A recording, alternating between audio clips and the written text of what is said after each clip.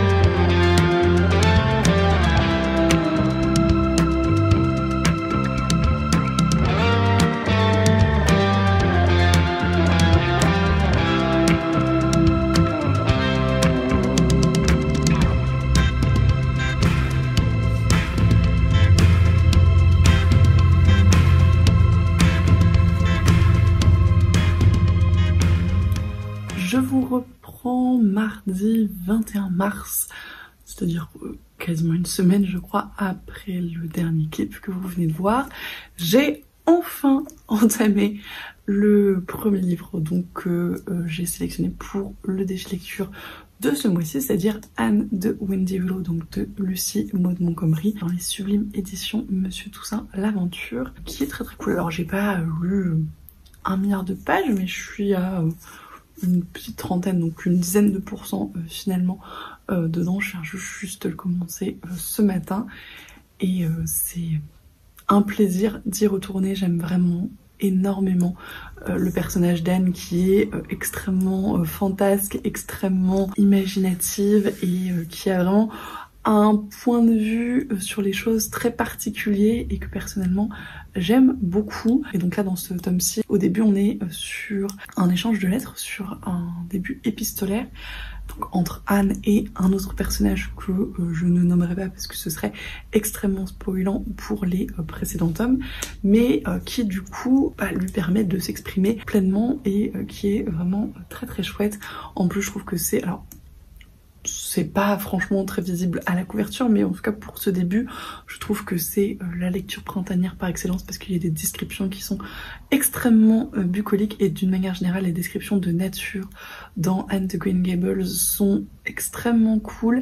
Et là il y a vraiment, enfin ça fait rêver, ça donne envie, le cadre est juste formidable, la découverte de Wendy Willow est trop cool, donc j'ai hâte de continuer. J'aimerais bien l'avancer aujourd'hui pour pouvoir éventuellement le finir aujourd'hui, demain. Aujourd'hui ça me paraît très mal engagé, mais demain peut-être, et au moins lire le deuxième d'ici la fin de la semaine, ce serait cool.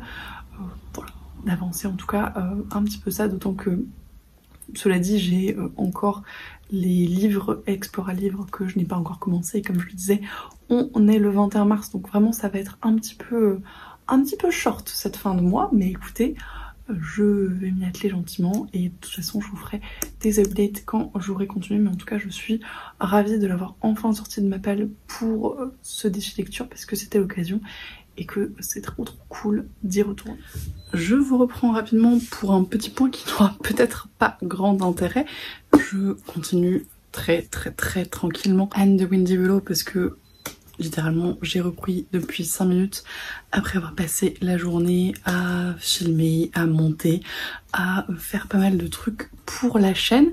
Donc je reprends tranquillement et je suis extrêmement perturbée parce que globalement le début de ce tome, c'est donc Anne qui débarque à Windy Willow et qui se heurte à l'espèce d'aristocratie d'élite locale qui s'appelle les Pringles.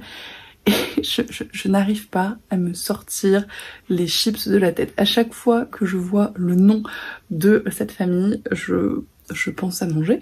Donc ça va être une lecture difficile à ce niveau-là, mais sinon c'est toujours sympa. Donc voilà, c'était mon petit point nourriture sans intérêt.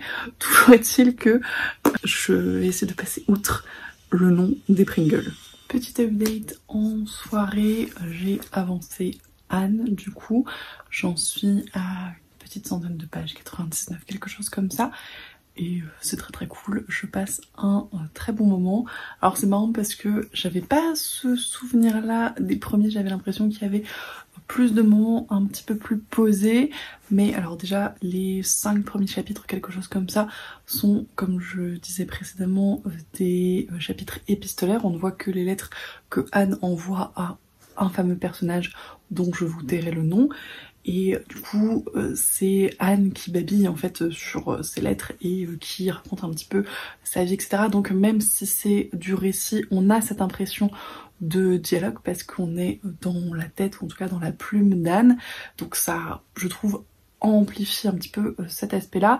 Et par la suite, il y a toujours un petit peu de lettres qui se mêlent au récit, mais on est plus dans un point de vue interne à la 3e personne du point de vue d'Anne. Donc on a un petit peu moins ce côté d'avoir toutes ces pensées qui juste sont libérées sur le papier et d'avoir cette espèce de logorée infinie. Par contre, tous les autres personnages du bouquin sont des bavards finis parce que globalement il y a énormément de personnes qui disent tout ce qui leur passe par la tête.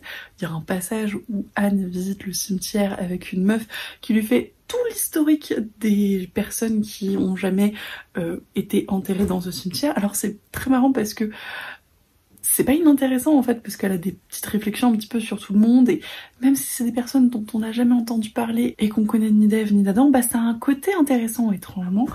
Donc je sais pas, voilà, j'ai l'impression que ce livre c'est une espèce de babillage continu assez léger. C'est pas désagréable en soi du tout, mais c'est un petit peu moins posé que les précédents volumes. Et on a vraiment cette impression de société qui entoure Anne et qui est très présente, notamment parce que les fameux Pringles dont je vous ai parlé précédemment lui faisaient un petit peu une petite guéguerre. C'est en train gentiment d'évoluer, mais on s'en doutait. Et j'aime bien la façon dont les choses tournent, je trouve ça très annesque finalement. Et non, c'est très cool. J'avance tranquillement, j'aimerais bien atteindre au moins 160-150 pages ce soir, mais je ne suis pas sûre que ce soit possible. Idéalement j'aimerais le finir demain, mais pareil, on verra. Toujours est-il que je l'avance tranquillement. Si je le finis pas demain, je le finirai jeudi et j'attaquerai l'autre dans la foulée.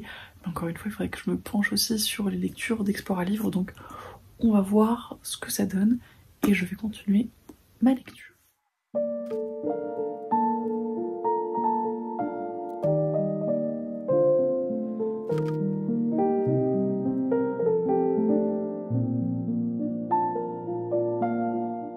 Je vous reprends dans un autre cadre parce que je passe le week-end chez mes parents. Bref, on est le dimanche 26 mars. Le mois de mars est en train de filer à une vitesse absolument incroyable et je n'ai toujours pas fini Anne de Windy Willow. Cela dit, je ne suis pas très loin puisque je ne sais pas si vous allez voir, mais en gros il me reste ça, il me reste une centaine de pages, 120 pages, quelque chose comme ça. Donc j'ai bon espoir de le finir aujourd'hui, voilà, ce serait extrêmement cool. D'autant que ça me permettrait peut-être d'avoir le temps de lire le deuxième que je voulais la semaine prochaine. Je ne lirai probablement pas les 3, mais c'était assez attendu. J'aimerais, comme je le disais précédemment, en lire au moins 2 parce que ça me permettrait de bien avancer dans la série et éventuellement de lire le dernier au mois d'avril parce que je crois que le prochain sort courant avril ou mai, quelque chose comme ça. Donc je serai relativement à jour et ce serait extrêmement cool. Bref, toujours est-il que j'ai avancé un petit peu depuis la dernière fois, donc je peux vous en reparler et globalement je passe toujours un excellent moment dans ce récit. Alors c'est un récit qui s'étale sur un peu plus longtemps peut-être que les premiers, même si je crois que dans le précédent c'était déjà le cas. Là on est sur 2 ans, peut-être quelque chose comme ça, donc on a le passage des saisons qui est assez cool parce qu'on a un ancrage dans la nature et des descriptions de nature très chouette et assez présent, et donc j'aime beaucoup. Et comme je l'ai déjà dit, je trouve que c'est vraiment typiquement le type de livre qui me fait penser au printemps parce qu'on parle de la nature et on parle de pas mal de choses, notamment de son éveil, etc. Et je trouve ça toujours hyper cool. Donc voilà, je passe un très bon moment. J'aime toujours autant le personnage d'Anne et son évolution. Là voilà, on sent qu'elle prend un peu son envol et son indépendance, d'autant plus que dans les précédents volumes, parce que là elle se retrouve dans un contexte où elle se débrouille toute seule et c'est très plaisant à voir et c'est très agréable. J'ai hâte de voir comment ça va évoluer sur ces 100 dernières pages. Mais ouais, c'est un livre qui est très cosy, très doudou, plein de bonnes vibes et de bonne humeur. Et c'est un très bon livre à lire pour cette intersaison à mon sens. Et alors je viens de finir un chapitre où un personnage répète sans arrêt « j'ai bien peur que » et à peu près tous les misères de la terre qu'elle peut imaginer. J'ai l'impression Lucie Maud Montgomery a vraiment un truc avec les personnages un petit peu haut en couleur et globalement les vieilles cousines ou tantes ou autres liens de parenté quelconque qui il y a des hommes aussi d'ailleurs, ça peut être des vieux cousins qui ont des personnalités assez particulières mais qui ajoutent un petit peu d'originalité dans les choses. Je reviens parce que je crois que j'ai complètement zappé de vous présenter Anne de Green Gables en me disant que c'était de notoriété publique alors que peut-être vous n'avez jamais entendu parler des bouquins ou de la série d'ailleurs, parce qu'il y a eu une adaptation sur Netflix. Anne de Green Gables, donc c'est une série qui pour l'instant comporte 6 tomes et comme je le disais, le 7e tome va paraître normalement en avril ou mai, je ne sais plus, et en gros au début du récit on suit le personnage de Anne qui a donné son nom à cette série et qui est une orpheline qui va être recueillie par un frère et une sœur sur l'île du Prince William, je crois, en tout cas au Canada, qui en fait cherchait quelqu'un pour les aider dans les travaux à la ferme et qui espérait un garçon et qui se retrouve avec Anne. Ils sont pas forcément ravis initialement, mais Anne ayant un caractère un petit peu particulier, elle arrive à gagner progressivement leur cœur et à se faire une petite place à Green Gables, à Avonlea et globalement dans sa vie et à se faire une vie plutôt très cool. On la suit globalement du coup de son enfance dans le premier tome à là où elle doit avoir la vingtaine et il me semble que dans le reste de la série elle grandit et elle vieillit encore, donc c'est le type de série un petit peu tranche de vie, saga familiale que j'affectionne particulièrement dans le genre et je vais aller continuer ma lecture de ce tome-ci.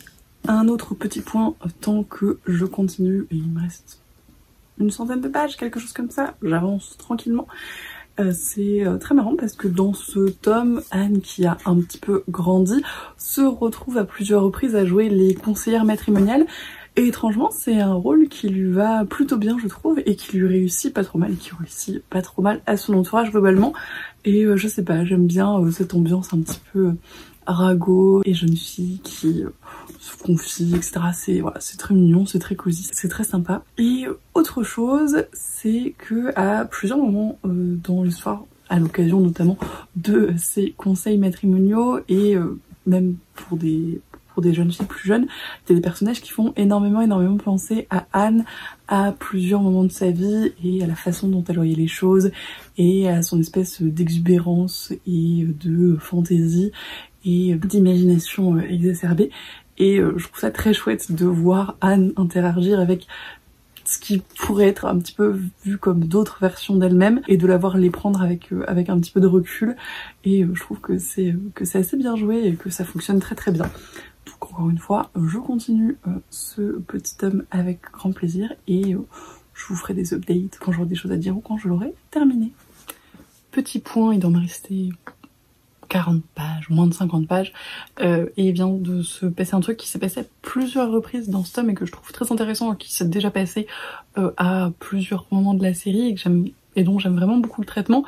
C'est que souvent Anne se met, ou des gens se mettent dans un certain nombre de situations et se font une idée d'un certain nombre de situations, et soit en essayant d'arranger les choses, soit en discutant, se rendre compte qu'en fait les idées qu'ils avaient des situations, c'est très vague quand je dis comme ça, mais c'est pour éviter tout spoil, et ben n'était absolument pas celle que tout le monde avait, et souvent il y a un certain nombre de quiproquos ou de préjugés ou juste de gens qui ont un certain caractère et qui ne veulent pas forcément avouer certaines choses jusqu'à ce qu'on les mette devant le fait accompli. Et c'est une façon de traiter les choses que j'apprécie beaucoup, notamment parce qu'on suit majoritairement le point de vue d'Anne et donc sa vision des choses à elle, et que bien souvent on est surpris quand les choses ne tournent pas comme elle l'avait pressenti, et ça arrive régulièrement, donc on devrait s'en douter, et à chaque fois on est, enfin en tout cas je suis un petit peu surprise quand même, et je trouve que c'est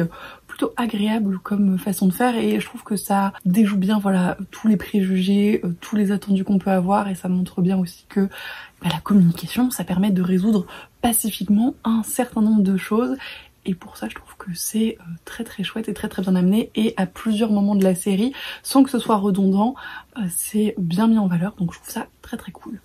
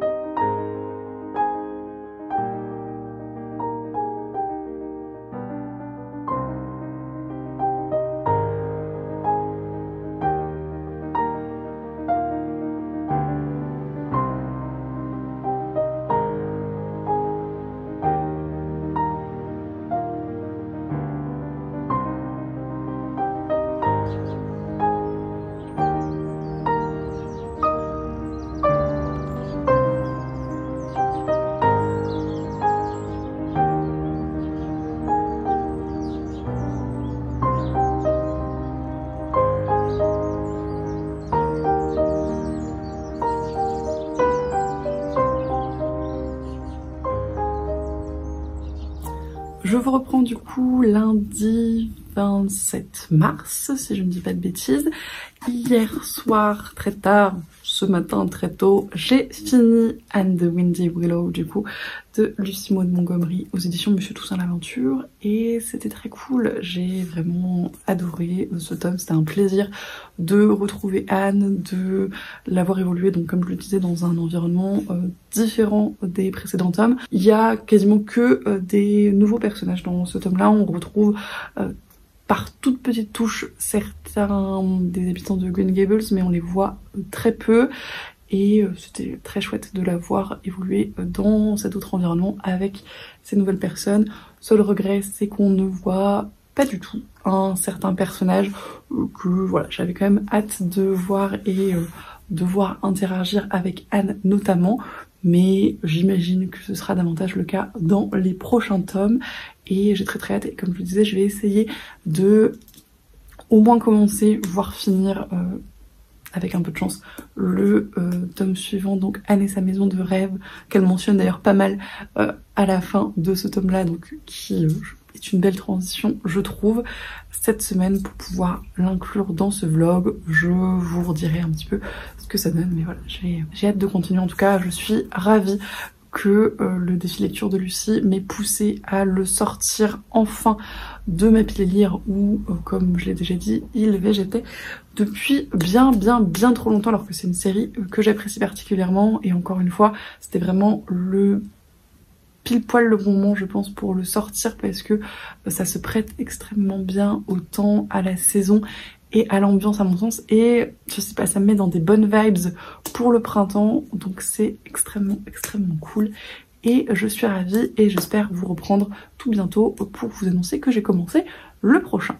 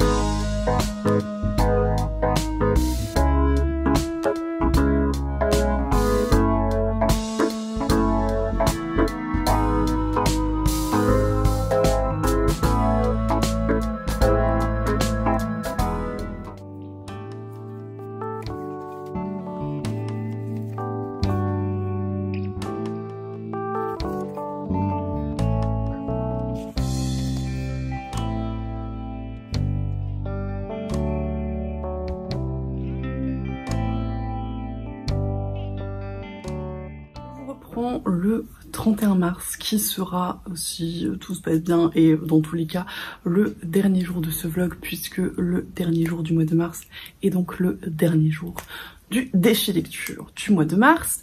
Je vous avais laissé avec mon avis, je crois, sur le tome 4 de Anne, et avant-hier j'ai commencé Anne et sa maison de rêve, du coup toujours de Lucie Maud Montgomery, toujours chez Monsieur Toussaint Louverture, qui est probablement une des couvertures que j'apprécie le plus de cette série. Je trouve les couleurs absolument splendides et le dos du livre également. Et alors pareil, je vais pas trop vous en dire de l'histoire en elle-même, puisque ça spoilerait pas mal la saga, puisque c'est le 5e tome, donc on a quand même bien avancé. Il y a toujours une galerie de personnages absolument formidables à suivre, qui sont tous un petit peu bizarres à leur façon et qui sont vraiment très cool à découvrir. Là on en a encore 2 nouveaux qui font leur apparition, puisque Anne va se retrouver dans un nouvel endroit également, et c'est toujours hyper cool. Les descriptions de paysages sont toujours formidables, et je commençais tranquillement. Je suis arrivée à la page 200 et j'ai bien lu ce matin, donc je commençais tranquillement, et là il y a quelques chapitres, il s'est passé quelque chose qui m'a tiré quelques larmes globalement, parce que c'était assez dur à lire, surtout par rapport à Anne, et voilà, j'ai trouvé ça extrêmement touchant, et du coup j'ai hâte de voir ce que ça va donner dans la suite, et si ça va s'améliorer à ce niveau-là pour elle, je l'espère en tout cas. Toujours est-il que je passe un très bon moment. C'est vraiment pour moi une lecture doudou par excellence, et je suis très contente encore une fois d'avoir sorti cet tome pour ce défi lecture, même si voilà, je suis pas allée chercher très loin puisqu'ils étaient dans ma pile à lire, et que du coup c'était pas une découverte en soi. Ça m'a vraiment motivée à me bouger les fesses pour cette série, en plus qui doit continuer en avril, donc c'était vraiment l'occasion. J'aurais pas le temps clairement en ce dernier jour de mars de finir celui-là et de lire le suivant, parce qu'il faut en plus que je monte ce vlog, sachant que le montage est à peine entamé, donc ça va me prendre un moment, mais je vais finir celui-ci, et puis je pense que l'autre traînera pas trop parce que j'ai vraiment envie d'être au maximum à jour dans cette série et de reprendre plaisir à les suivre au fil de l'eau, parce que vraiment c'est quelque chose que j'apprécie particulièrement. Donc voilà, je suis ravie, je vous reprendrai pour poursuivre ma lecture tout à l'heure, et en tout cas je suis vraiment très contente, et vraiment je suis extrêmement fan de l'évolution du personnage de Anne, ce qui est un petit peu le but de la série, et qu'on voit vraiment, je trouve, là dans les 2 derniers tomes par rapport à ce qu'était sa version un petit peu plus enfantine, adolescente. Là elle gagne énormément en maturité, et c'est extrêmement agréable à lire. Donc voilà, j'ai hâte de voir ce que ça va donner par la suite.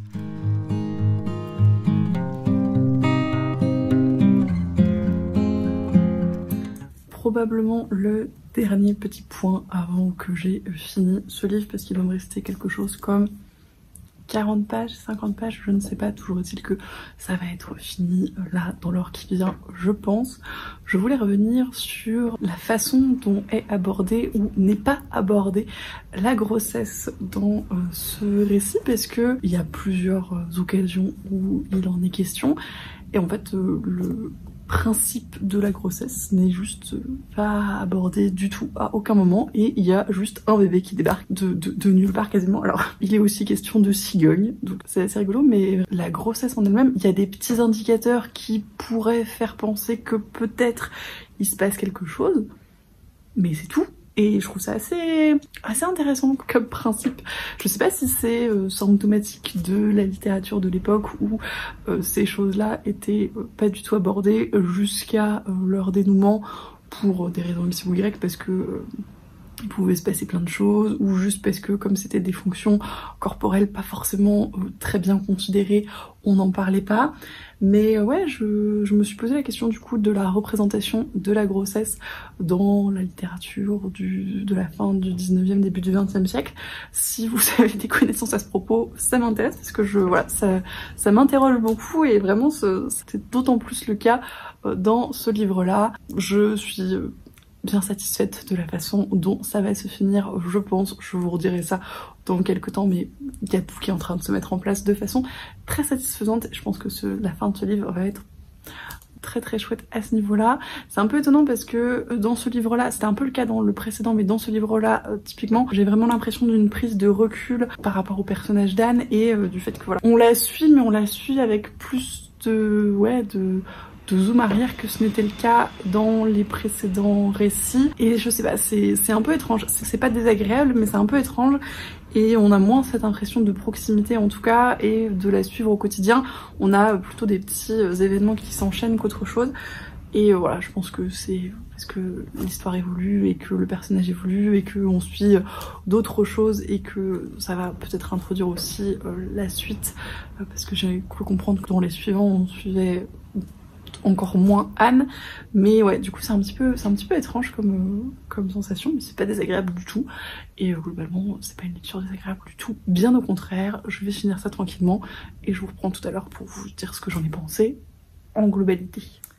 Ça y est, j'ai fini Anne et sa maison de rêve, et c'était extrêmement cool, et je pense que c'est si ce n'est mon tome préféré de la série pour l'instant. Comme je vous l'ai, je crois, déjà dit, je suis très fan des personnages qu'on a découverts dans ce livre-là, et de leur évolution, et de leur arc narratif, et de toutes les choses qui se passent globalement dans ce récit.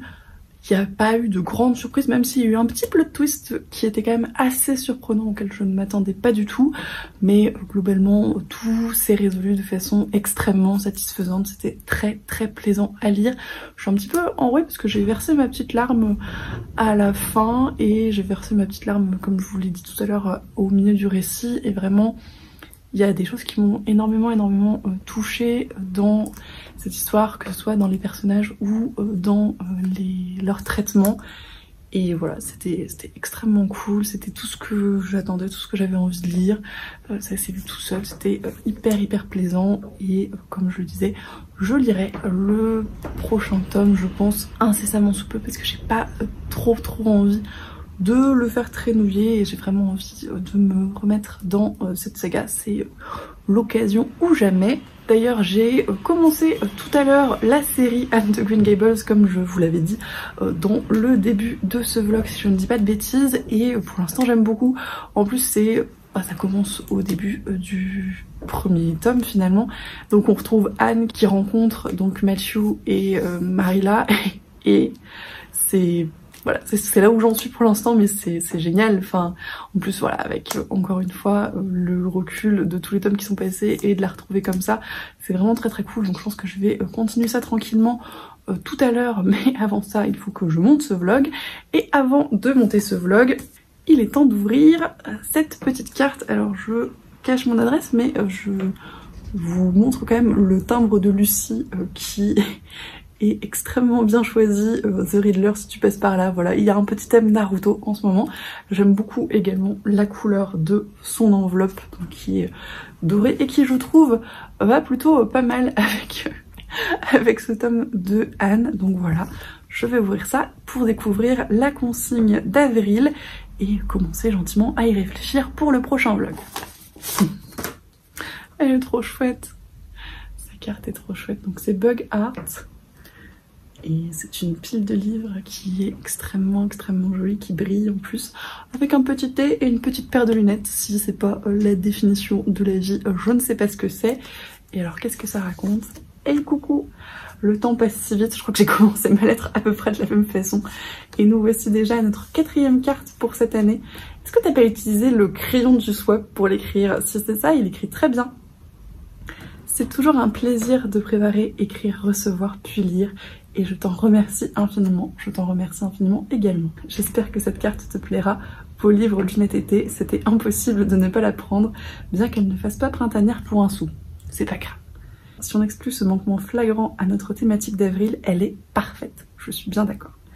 Tu remarqueras ce timbre clin d'œil à ta lecture récente et une petite pensée pour The Riddler. Voilà, on se comprend avec Lucie, c'est formidable. Bon, passons aux choses sérieuses. En avril, nous avions dit printemps. Et qui dit printemps dit couleur. Décidément, c'est une marotte. Elle parle de notre swap. Hein. Si vous n'avez pas suivi avec Lucie, on commence à avoir des inside jokes. Il faut les expliquer un petit peu peut-être, mais ça reste cohérent, vous inquiétez pas. Donc, en ce mois printanier, ton défi est de lire soit un livre multicolore, soit et ou un livre avec des fleurs sur la couverture. Quelque chose qui nous mette dans l'ambiance, quoi. J'espère que tu seras inspiré, je n'ai pas beaucoup d'inquiétude.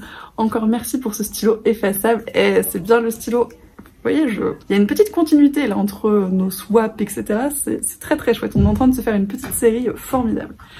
Il a une superbe couleur thématique comme tu peux le voir. Et surtout, merci pour tout ce que tu sais. Tout mon petit cœur t'envoie de l'amour et des bonnes ondes. Et le mien aussi. Merci beaucoup Lucie. À très vite Lucie. Et bien voilà, donc en gros, fleurs et multicolores. Je vais aller réfléchir à tout ça. Je vous redirai ce que ça donne dans le prochain vlog défi lecture pour le mois d'avril. En attendant, je vais aller ranger cette petite carte avec ses copines et aller monter ce vlog pour que vous puissiez le voir demain parce que j'ai à peine commencé et je sais pas du tout combien de temps il va durer et combien de temps de montage ça va me prendre. Sachant que là, on est début d'après-midi, vendredi, donc normalement j'ai le temps, mais il faut que je m'y mette pour ne pas rusher sur la fin. Donc voilà. Je vous remercie d'avoir regardé cette vidéo jusqu'au bout si vous êtes encore là. J'espère que ça vous a plu.